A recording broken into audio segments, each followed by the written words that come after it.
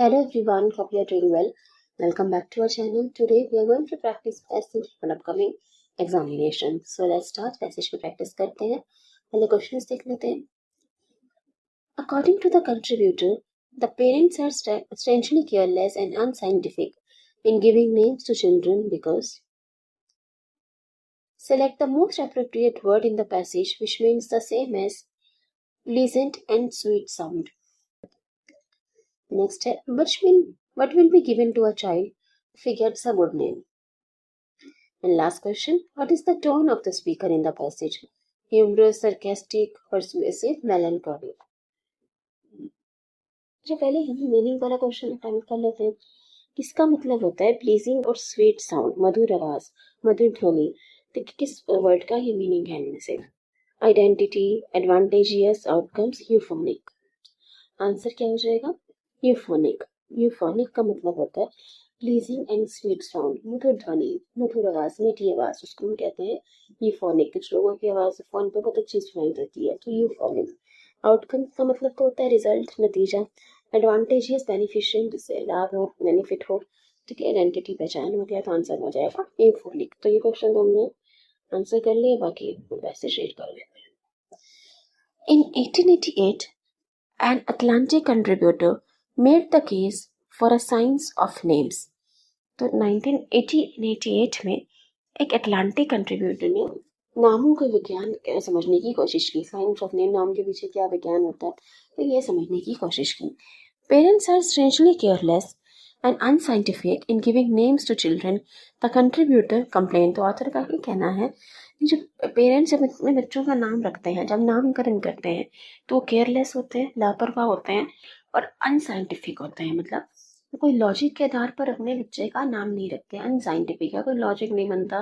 तो कोई तुक के आधार पर, कोई लॉजिक के आधार पर अपने बच्चों का वो नाम नहीं रखते. केयरलेस और अनसाइंटिफिक होते हैं. They forgot that not only from the social point of view, it is very advantageous to have one's name remembered, but that from the business point of view, notoriety is capital.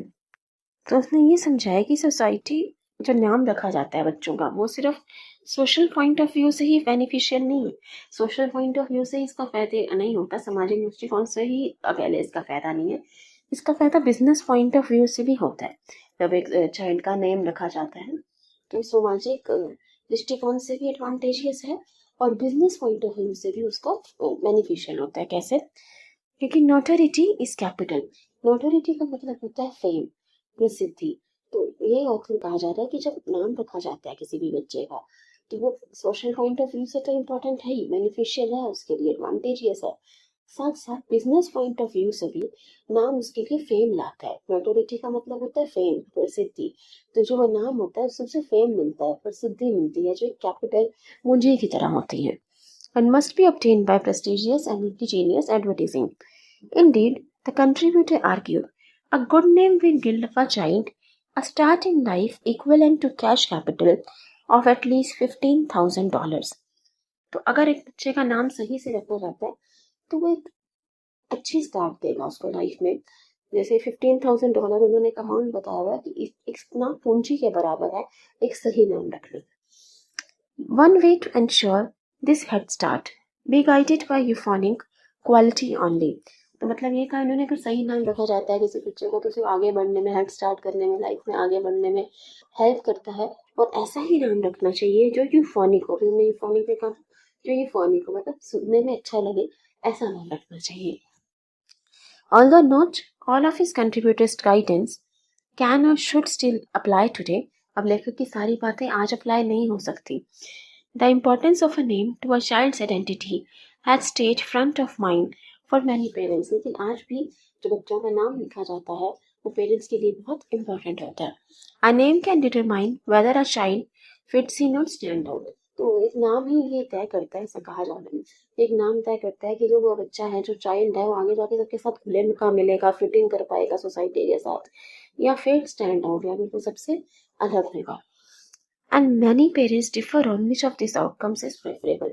तो हो सकता है हर parent की अपनी preference हो सकता है, वो चाहें कि जो उनका बच्चा है, जो चाइल्ड है, सोसाइटी में फिट इन करे या फिर स्टैंड आउट करे, अलग करे, ये उनकी अपनी प्रेफरेंस होती है. ठीक है, तो यही बताया गया इस पैसेज में, साइंस ऑफ नेम समझाया गया। चलिए लोग क्वेश्चन अटेम्प्ट कर लेते हैं। According to the contributor, the parents are strangely careless and unscientific in giving names to children because they do it without considering the business point of view, they do it without discussing with their relatives and friends, they do it without considering the actual meaning of the name, they do it without considering the letter's interest in it. Letter का interest मतलब क्या हो गया? Child का interest. तो जब बच्चे का नामकरण किया जा रहा है तो उसका इंटरेस्ट कैसे हो सकता है उस टाइम? तो वैसे भी ये कई पैसेज में मेंशन नहीं था। Without considering the actual meaning के बारे में कोई ऐसी बात नहीं गई कि पैसेज में रिलेटिव्स और फ्रेंड्स की भी बात नहीं थी। आंसर हो जाएगा without considering the business point of view. यहाँ पे देखिए, date to from the business point of view, तो बिजनेस पॉइंट ऑफ व्यू की यहाँ पे बात की गई है, तो आंसर हो जाएगा they do it without considering the business point of view. ये तो हमने कर लिया था, speeching and speech sound यूफोनी।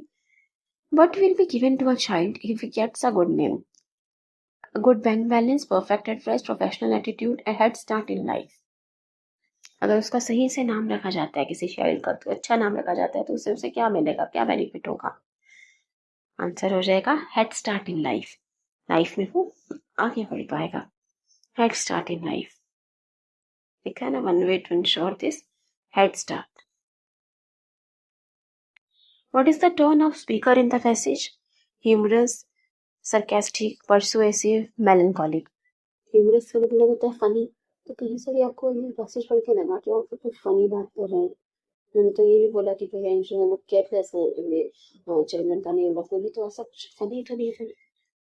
Sarcastic है, टाइटल आपको सरकेस्टिक लगी।